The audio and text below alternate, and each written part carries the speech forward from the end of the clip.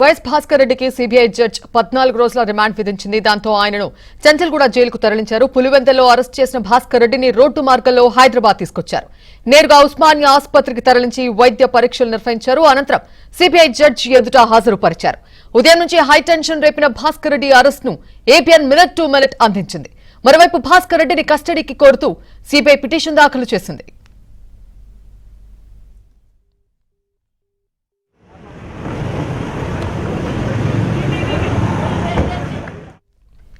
YS Bhaskar Reddy remand report లో కీలక అంశాలను సిబిఐ అధికారులు పేర్కొన్నారు. 10 పేజీలు ఉన్న రిమాండ్ రిపోర్ట్ ను సిబిఐ సమర్పించింది. వైఎస్ వివేక హత్య కేసులో భాస్కర్ రెడ్డి పాత్ర కీలకమని సిబిఐ రిమాండ్ రిపోర్ట్ లో పేర్కొంది. హత్యకు ముందు తర్వాత నిందితులు భాస్కర్ రెడ్డి ఇంట్లో ఉన్నారని, సాక్ష్యాలను తారుమారు చేయడంలో భాస్కర్ రెడ్డి కీలక పాత్ర పోషించారని తెలిపింది.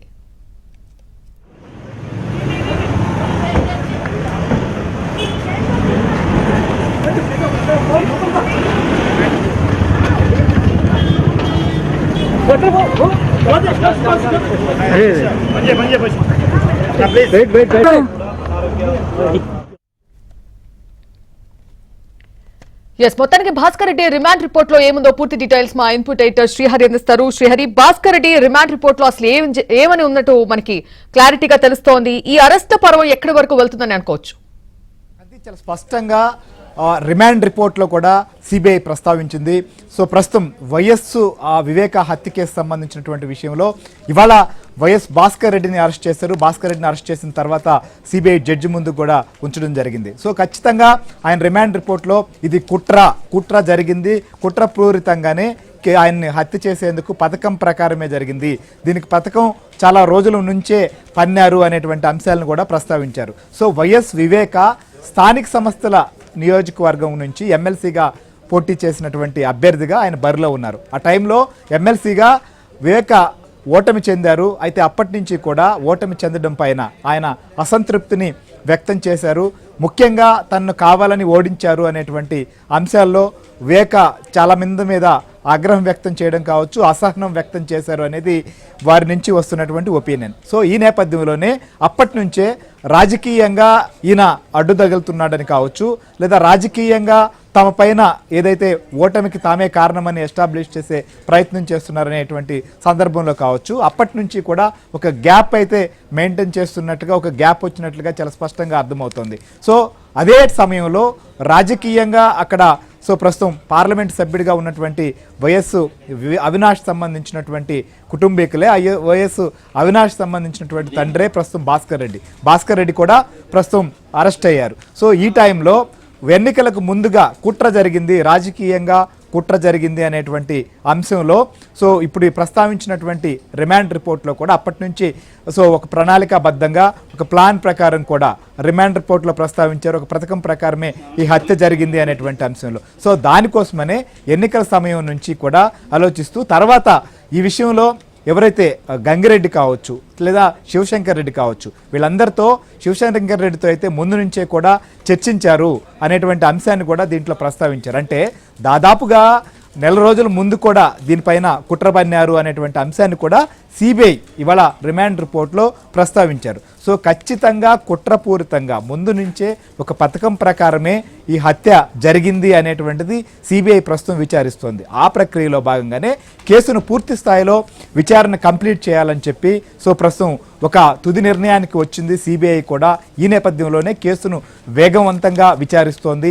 ఆ ప్రక్రియలోనే కుట్రను ఛేదించేందుకు ఎవరెవరైతే దీంట్లో ఉన్నారో వారందరినీ కూడా అరెస్ట్ చేయడం, విచారించడం అనేది చాలా కీలకం. అప్పుడు మాత్రమే ఈ కేసును కంప్లీట్గా కూడా విచారణ పూర్తవుతుంది అనేటువంటిది ఒక స్పష్టమైన అభిప్రాయంతో సిబిఐ ఉంది. ఇదే అంశాన్ని కోర్టు ముందు కూడా ఉంచింది. కాబట్టి కోర్టు ఇచ్చినటువంటి గడువు కావచ్చు, లేదా మంత్ ఎండింగ్ లోపల దీన్ని పూర్తి స్థాయిలో విచారించేందుకు ఇప్పుడు సాంకేతిక పరిజ్ఞానాన్ని చూసినా, లేదా కేసు సంబంధించి ఇప్పటి వరకు అప్రూవర్స్గా మారినటువంటి దస్తగిరి కావచ్చు, సాక్షులు కావచ్చు, వీరందరినీ విచారించిన తర్వాత కూడా వచ్చినటువంటి అనేక రకాలైనటువంటి వారి నుంచి వచ్చిన ఫీడ్బ్యాక్ ఆధారంగా వైఎస్ భాస్కర్ రెడ్డి సంబంధించినటువంటి నివాసంలో గూగుల్ టేక్అవుట్ ద్వారా కూడా హత్యకు ముందు, హత్య తర్వాత ఎవరెవరు ఎక్కడెక్కడ ఉన్నారు, వారి కదలికలేంటి, వీటన్నిటి అంశాలని కూడా ప్రస్తావించారు.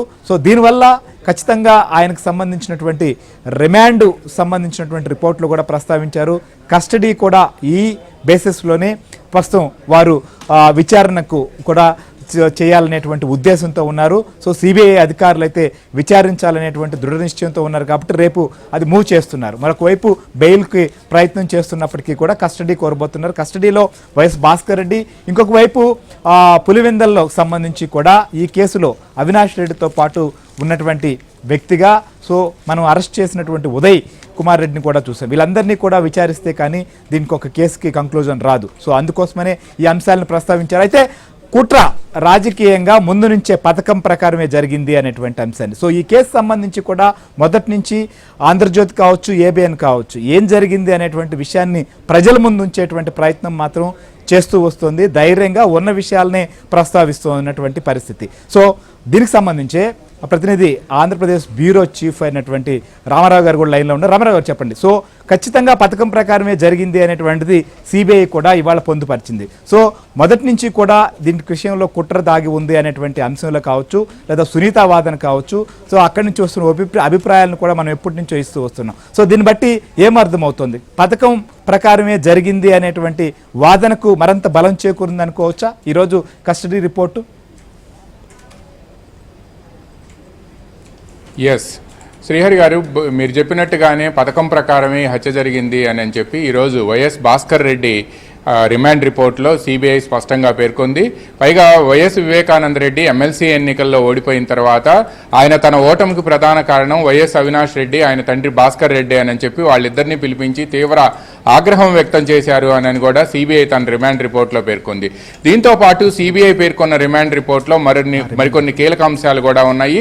ఈ హత్యకు సంబంధించి దాదాపుగా 40 కోట్ల రూపాయలు ఎవరైతే హత్యలో పాల్గొన్నారో 40 కోట్ల రూపాయలు వాళ్ళకి ఇస్తాము అని చెప్పి కూడా అందులో పేర్కొన్న రిమాండ్ రిపోర్ట్లో పేర్కొన్నారు.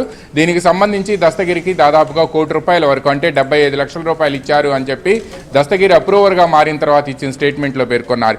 ఈ పరిణామాల నేపథ్యంలోనే ఈ మొత్తం హత్యకు సంబంధించిన వ్యవహారం అంతా కూడా పేర్కొనడంతో పాటు వైఎస్ భాస్కర్ రెడ్డి మొత్తం ఈ హత్యకు సంబంధించిన కింగ్ పిన్ అని ఆయనే సూత్రధారి అని చెప్పి కూడా సిబిఐ రిమాండ్ రిపోర్ట్లో పేర్కొంది. పైగా వైఎస్ అవినాష్ రెడ్డి పేరు కూడా పలుమార్లు పేర్కొంది. ఎందుకంటే హత్య జరిగిన వెంటనే కూడా అక్కడి నుంచి ఏదైతే ఫోన్ కాల్ వచ్చిందో ఆ ఫోన్ కాల్ వచ్చిన వెంటనే కూడా 3 వాహనాల్లోనూ 3 నుంచి 4 వాహనాల్లో వీళ్ళంతా కూడా వివేకానంద రెడ్డి ఇంటికి పులివెందుల్లో వెళ్లారు అని కూడా సిబిఐ తన రిమాండ్ రిపోర్ట్లో పేర్కొంది. హత్యకు ముందు, హత్యకు తరువాత ఈ 2 సార్లు కూడా వాళ్ళంతా భాస్కర్ రెడ్డి ఇంట్లోనే ఉన్నారని, హత్యకు సంబంధించిన పథకం కూడా భాస్కర్ రెడ్డి ఇంట్లోనే జరిగింది అని చెప్పి కూడా సిబిఐ ఈరోజు వైఎస్ భాస్కర్ రెడ్డి అరెస్ట్ సందర్భంగా అక్కడ నాంపల్లి సిబిఐ కోర్టులో ఉండే మ్యాజిస్ట్రేట్కు ఈరోజు రిమాండ్ రిపోర్ట్లో స్పష్టంగా పేర్కొన్నారు. ఈ నేపథ్యంలోనే ఈ కేసుకు సంబంధించి ఫర్దర్ ఇన్వెస్టిగేషన్ జరగాల్సి ఉంది అని పేర్కొన్నారు. రేపు తెలంగాణ హైకోర్టులో వైఎస్ అవినాష్ రెడ్డికి సంబంధించి చేసిన ఏదైతే ప్రొటెక్షన్ పిటిషన్స్ ఉన్నాయో ఆ పిటిషన్స్ మీద నిర్ణయం వచ్చిన తర్వాత దీనికి సంబంధించి ఫర్దర్గా మరింత వెళ్లే అవకాశం ఉంది. అయితే ఇంకో విషయం కూడా మనం ఇక్కడ పరిగణలోకి తీసుకోవాల్సి ఉంటుంది. ఈరోజు పులివెందులకు సంబంధించిన తెలుగుదేశం ఎమ్మెల్సీ బీటెక్ రవి ఒక సంచలనమైన కామెంట్స్ చేశారు. ఈ సంచలనమైన కామెంట్స్ నేపథ్యంలోనే ఈ హత్య కేసు దర్యాప్తుకు సంబంధించి ఆయన చేసిన ఈ కామెంట్ల వెనుక ఏం జరుగుతుందనేది కూడా రాష్ట్రంలో చర్చనీయాంశంగా మారింది. ఈ ఏదైతే వివేకానంద రెడ్డి హత్య జరిగిందో వివేకానంద రెడ్డి హత్యలో అసలు దోషులు ఎవరో వాళ్ళు బయటికి రావాలి. ఇప్పుడు అంతా కూడా అరెస్ట్ చేస్తుందంతా కూడా చిన్న వాళ్లే, కర్త కర్మ క్రియ అంతా కూడా తాడేపల్లి ప్యాలెసేనని చెప్పి కూడా బీటెక్ రవి ఆరోపణలు చేశారు. బీటెక్ రవి ఆరోపణలు చేయడంతో పాటు ఈ నేపథ్యంలోనే టీడీపీ నేతలకు మరికొంతమంది కూడా మొదటి నుంచి కూడా ఈ హత్య కేసుకు సంబంధించి భాస్కర్ రెడ్డి కావచ్చు వారికి సంబంధించిన ప్రస్తావన చేశారు. కానీ బీటెక్ రవి చెప్తున్నట్లుగా తాడేపల్లి ప్యాలెస్ సంబంధించినటువంటి వారు కూడా రావాలి అనేటువంటిది వారి వాదన. అంటే ఏంటి, ఎవరు దీనికి సంబంధించినటువంటి సూత్రధారులుగా వారు ఆరోపిస్తున్నారు అనుకోవచ్చు. ఇంకా ఎవరెవరిని విచారణ చేసే అవకాశం ఉంది ఈ కేసుకు సంబంధించి కూడా. ప్రస్తుతం రిమాండ్ రిపోర్ట్లు అయితే భాస్కర్ రెడ్డికి సంబంధించిన విషయాన్ని, కుట్ర అనేటువంటి అంశాన్ని కావచ్చు, పథకం అనేటువంటి అంశాన్ని కావచ్చు సిబిఐ ప్రస్తావించింది కాబట్టి హత్య జరిగిన రోజు ఉదయాన్నే ఇది గుండెపోటు అని చెప్పి కూడా ప్రచారం జరిగింది అని కూడా అందులో రిమాండ్ రిపోర్ట్లో పేర్కొన్నారు. ఈ హత్య జరిగిన రోజున అవినాష్ రెడ్డి సెల్ నుంచి ఎక్కడికి కాల్స్ వెళ్ళాయి అనేది కూడా వాళ్ళు ఇంతకు ముందు కూడా సిబిఐ పేర్కొంది. ఆ కాల్స్ సునీలు, అదేవిధంగా కృష్ణమోహన్ రెడ్డి ఎవరైతే ఉన్నారో సీఎం ఓఎస్డి వాళ్ళందరికీ వెళ్ళాయి అని కూడా పేర్కొన్నారు. వాళ్ళిద్దరిని కూడా విచారణకు పిలిపించి కూడా సిబిఐ విచారణ కూడా చేసింది. ఈ నేపథ్యంలోనే ఈ మొత్తం దర్యాప్తు అంతా కూడా అవినాష్ రెడ్డిని అదుపులోకి తీసుకుంటే, ఒకవేళ కోర్టు క్లియరెన్స్ ఇచ్చి అవినాష్ రెడ్డిని అదుపులోకి తీసుకుంటే సిబిఐ ఈ మొత్తం వ్యవహారం వెలుగులోకి వస్తుంది అనేది తెలుగుదేశం నేతల భావనగా ఉంది. పైగా వైఎస్ భాస్కర్ రెడ్డిని అదేవిధంగా ఉదయ్ కుమార్ రెడ్డి వీళ్ళిద్దరినీ కూడా తమ కస్టడీకి ఇవ్వాలి అని చెప్పి ఈ కేసులో ఫర్దర్ ఇన్వెస్టిగేషన్ కోసం తమ కస్టడీ అవసరం అని చెప్పి సిబిఐ ఇరువురికి సంబంధించి కూడా తమ కస్టడీకి ఇవ్వాలని కస్టడీ పిటిషన్ వేసింది. నాంపల్లి అక్కడ చెంచల్గూడ జైలు వద్ద కూడా అక్కడ వాళ్ళ తరపు లాయర్ కూడా ఇదే విషయాన్ని చెప్పారు. ఇటువంటి తరుణంలో ఈ కేసులో ఫర్దర్ ఇన్వెస్టిగేషన్ ఎలా ఉంటుందనేది ఇప్పుడు ఆంధ్రప్రదేశ్లో ప్రధాన చర్చనీయాంశంగా మారింది. దీనికి తోడు తెలుగుదేశం నేతల కామెంట్లు కూడా ఈ రోజు ఉదయం టీడీపీ పాలిట్ బ్యూరో సభ్యుడు బోండా ఉమా కానీ, లేకపోతే మాజీ మంత్రి దేవినేని ఉమా కానీ, లేకపోతే అదేవిధంగా బీటెక్ రవి పులివెందుల్లో ఈ కేసుకు సంబంధించి BTech Ravi MLC, TDP MLC BTech Ravi అప్పుడు వివేకానంద రెడ్డిపై గెలిచింది బీటెక్ రవి, ఓడిపోయింది వివేకానంద రెడ్డి. అయితే అక్కడి నుంచే ఈ మొత్తం కూడా ఈ వివాదం ప్రారంభమైంది. ఆ వివాదమే ఇప్పుడు హత్యకు దారితీసింది అనేది కూడా.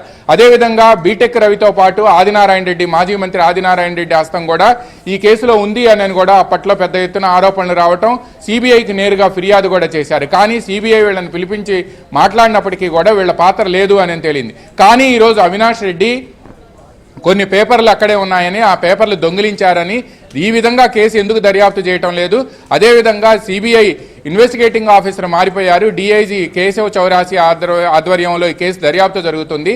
అయితే పాత అధికారి ఎవరైతే ఉన్నారో అతని మార్గంలోనే ఈ కేసు దర్యాప్తు జరుపుతుంది. కానీ తాము ఏదైతే అంశాలు చెబుతున్నామో ఆ దిశగా మాత్రం ఈ కేసు దర్యాప్తు ఎందుకు రామారావు గారు, ఇప్పుడు ఒకవైపు సిబిఐ చాలా స్పష్టంగా రిమాండ్ రిపోర్ట్ లో కూడా ఇక్కడ కుట్ర చేశారు, పథకం ప్రకారమే జరుగుంది ఇదంతా అని ఒకవైపు చెప్తున్నప్పటికీ, దానికి సంబంధించినటువంటి ఆధారాలను కూడా ప్రస్తావిస్తున్నప్పటికీ, ఇంకోవైపు అవినాష్ రెడ్డి ఇది వ్యక్తి టార్గెటెడ్గా విచారణ సాగుతోంది, పాత అధికారులు చేస్తున్నట్లుగానే చేస్తున్నారు అని చెప్పి ఇంకా ఎదురుదాడి చేయడాన్ని ఎలా అర్థం చేసుకోవాలి? ఎందుకు ఇలా చేస్తున్నారు? శ్రీహరి గారు, ఇక్కడ మనం ఒక విషయం గమనించాలి. వివేకానంద రెడ్డి హత్య కేసులో మొత్తం 5 స్టేజెస్ దాటుకుంది ఇప్పుడు సిబిఐ.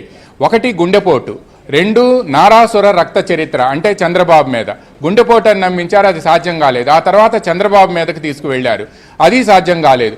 ఆ తరువాత వివేకానంద రెడ్డి బెంగళూరులో ఒక ల్యాండ్కి సంబంధించిన సెటిల్మెంట్లో కమిషన్ల వివాదంలో ఈ హత్య జరిగింది అని చెప్పి కూడా అప్పట్లో వైసీపీ అధికారంలోకి వచ్చిన తర్వాత వచ్చిన ఇన్వెస్టిగేషన్ రిపోర్ట్ అని చెప్పి ఒకటి బయటకు వచ్చింది. ఆ తర్వాత వివేకానంద రెడ్డి రెండవ భార్య అని చెప్పి కూడా వారసత్వ వివాదం నేపథ్యంలో ఈ హత్య జరిగింది అని చెప్పి వైసీపీ పత్రికలోనే ప్రింట్ చేశారు. ఆ తరువాత ఇప్పుడు లేటెస్ట్గా ఏదైతే లైంగిక వేధింపుల వల్లనే ఆయన హతమార్చారు అని చెప్పి లేటెస్ట్గా సిబిఐ అక్కడ తెలంగాణ హైకోర్టులో జరిగిన వాదనల నేపథ్యంలో నిందితుల తరపున లాయర్ అక్కడ ప్రజెంట్ చేశారు. అంటే ఈ 5 స్టేజీలను దాటినప్పటికీ కూడా వీటిని కూడా సిబిఐ అధికారులు పట్టించుకోలేదు. అంటే one of the premier investigating agency in the country. అటువంటప్పుడు ఆ ప్రీమియర్ ఇన్వెస్టిగేటింగ్ ఏజెన్సీ ఇప్పుడు దర్యాప్తు చేస్తుంటే 5 దశలు దాటి ఇప్పుడు భాస్కర్ రెడ్డి వరకు వచ్చి భాస్కర్ రెడ్డిని అరెస్ట్ చేశారు అంటే స్పష్టమైన టెక్నికల్ కానీ, ఎలక్ట్రానిక్ ఎవిడెన్స్ కానీ, లేకపోతే అప్రూవర్గా మారిన దస్తగిరిచ్చిన ఎవిడెన్స్ కానీ వీటన్నిటినీ కూడా మొత్తం కూడా వీటన్నిటినీ పరిగణలోకి తీసుకున్న తర్వాత మాత్రమే సిబిఐ ఈ అరెస్టులకు వచ్చింది అనేది స్పష్టమవుతుంది. కానీ అవినాష్ రెడ్డి మాత్రం ఈరోజు ఇది వ్యక్తుల టార్గెట్గా, వ్యక్తుల ఓరియంటెడ్గా, పర్సన్స్ ఓరియంటెడ్గా కానీ, వ్యక్తుల టార్గెట్గా కానీ ఇది జరుగుతుంది. ఎవరు ఇన్ఫ్లుయెన్స్ చేస్తున్నారు అనేది కూడా ఆయన చెప్తున్నారు.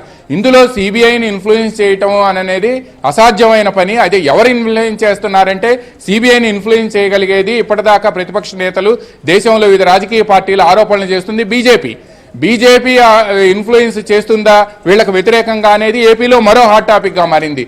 ఎవరో చెప్పిన అంశాల ఆధారంగా సిబిఐ తమను ఇన్వెస్టిగేట్ చేసి వ్యక్తుల టార్గెట్గా తమను ఇన్వెస్టిగేట్ చేస్తుంది అని చెప్తున్నారు. పైగా ఎవరైతే అధికారి రామ్ సింగ్ ఉన్నారో రామ్ సింగ్ని ఇన్వెస్టిగేటింగ్ ఆఫీసర్గా మార్చాలి అని చెప్పి సుప్రీంకోర్టు వరకు కూడా తులసమ్మ వెళ్ళింది. అయితే సుప్రీంకోర్టు రామ్ సింగ్ను మార్చినప్పటికీ కూడా డిఐజీ కేశవ్ చౌరాసి ఆధ్వర్యంలో మరొక ఎస్ఐటి స్పెషల్ ఇన్వెస్టిగేషన్ టీంని వేసింది. పైగా ఈ నెలాఖరులోపే ఇన్వెస్టిగేషన్ కంప్లీట్ చేయాలని చెప్పి కోరింది. అటువంటి తరుణంలో సిబిఐ పక్కా ఎవిడెన్స్తోనే ఇవన్నీ కూడా చేస్తుంది అని అనేది ప్రధాన ప్రతిపక్షమైన తెలుగుదేశం కానీ మిగతా పార్టీల వాదనగా ఉంది. ఈరోజు సిపిఐ రామకృష్ణ మరో కీలకమైన కామెంట్ చేశారు. సిపిఐ రాష్ట్ర కార్యదర్శి Ramakrishna, Jagan on the floor of the house అసెంబ్లీలో ఆయన క్లియర్గా ఒక కన్ను ఇంకో కన్ను నేను ఎందుకు పొడుచుకుంటుంది, ఒకవైపు మా ఫాదర్ తమ్ముడు బాబాయ్, ఇంకొక వైపు కజిన్ భాస్కర్ రెడ్డి అయితే ఒక కన్ను ఇంకో కన్నును పొడుచుకుంటుందా అని చెప్పారు. ఇప్పుడు ఏ కన్ను ఎలా పొడిచింది అనేది దీనికి సీఎం జగన్ సమాధానం చెప్పాలి అని చెప్పి సిపిఐ రామకృష్ణ కోరారు. అంటే మొత్తంగా కూడా చూస్తే సిబిఐ దర్యాప్తు అంతా కూడా ఎక్కడికో కూడా పులివెందుల్లో ఎక్కడైతే వైఎస్ వివేకానంద రెడ్డి హత్య జరిగిందో తిరిగి మళ్ళీ భూమి గుండ్రంగా ఉందన్నట్టు సిబిఐ ఇన్వెస్టిగేషన్ మొత్తం అన్నీ తిరిగి బెంగుళూరు కానీ, లేకపోతే రెండవ భార్య కానీ, నారాసుర రక్త చరిత్ర అని చంద్రబాబు కానీ, లేకపోతే గుండెపోటు కానీ, ఆ తర్వాత లైంగిక వేధింపులు కానీ, ఇవన్నీ దాటుకొని భూమి గుండ్రంగా ఉందని మళ్ళా పులివెందులకే చేరుకుంది. పులివెందుల్లోనే వైఎస్ భాస్కర్ రెడ్డి ఇంటికే అది వెళ్ళింది. అంటే గూగుల్ టేక్అవుట్లో ముందు వెనక ఉన్న ఆధారాలు వాళ్ళంతా ముందు వెనక ఏమేం చేశారు అనేది కూడా స్పష్టంగా ఎలక్ట్రానిక్ ఎవిడెన్స్, సైంటిఫిక్ ఎవిడెన్స్ తీసుకున్న తర్వాత మాత్రమే సిబిఐ అక్కడ వరకు వెళ్ళింది అనేది మనకి ఈరోజు సిబిఐ కోర్టులో ఏదైతే remand report YS Bhaskar Reddy arrest సందర్భంగా వేశారో అది చూస్తే మనకు అర్థమవుతుంది. శ్రీహరి గారు, రైట్. రామారావు గారు, వైఎస్ భాస్కర్ రెడ్డి సంబంధించిన రిమాండ్ రిపోర్ట్ లో ప్రస్తావించిన అంశాలు చాలా కీలకమైతే, మరొక వైపు ఇవాళ అవినాష్ రెడ్డి మాట్లాడడం కావచ్చు, రేపు ముఖ్యమంత్రి తన టూర్ ను కూడా సడన్ గా క్యాన్సిల్ చేసుకోవడం కావచ్చు,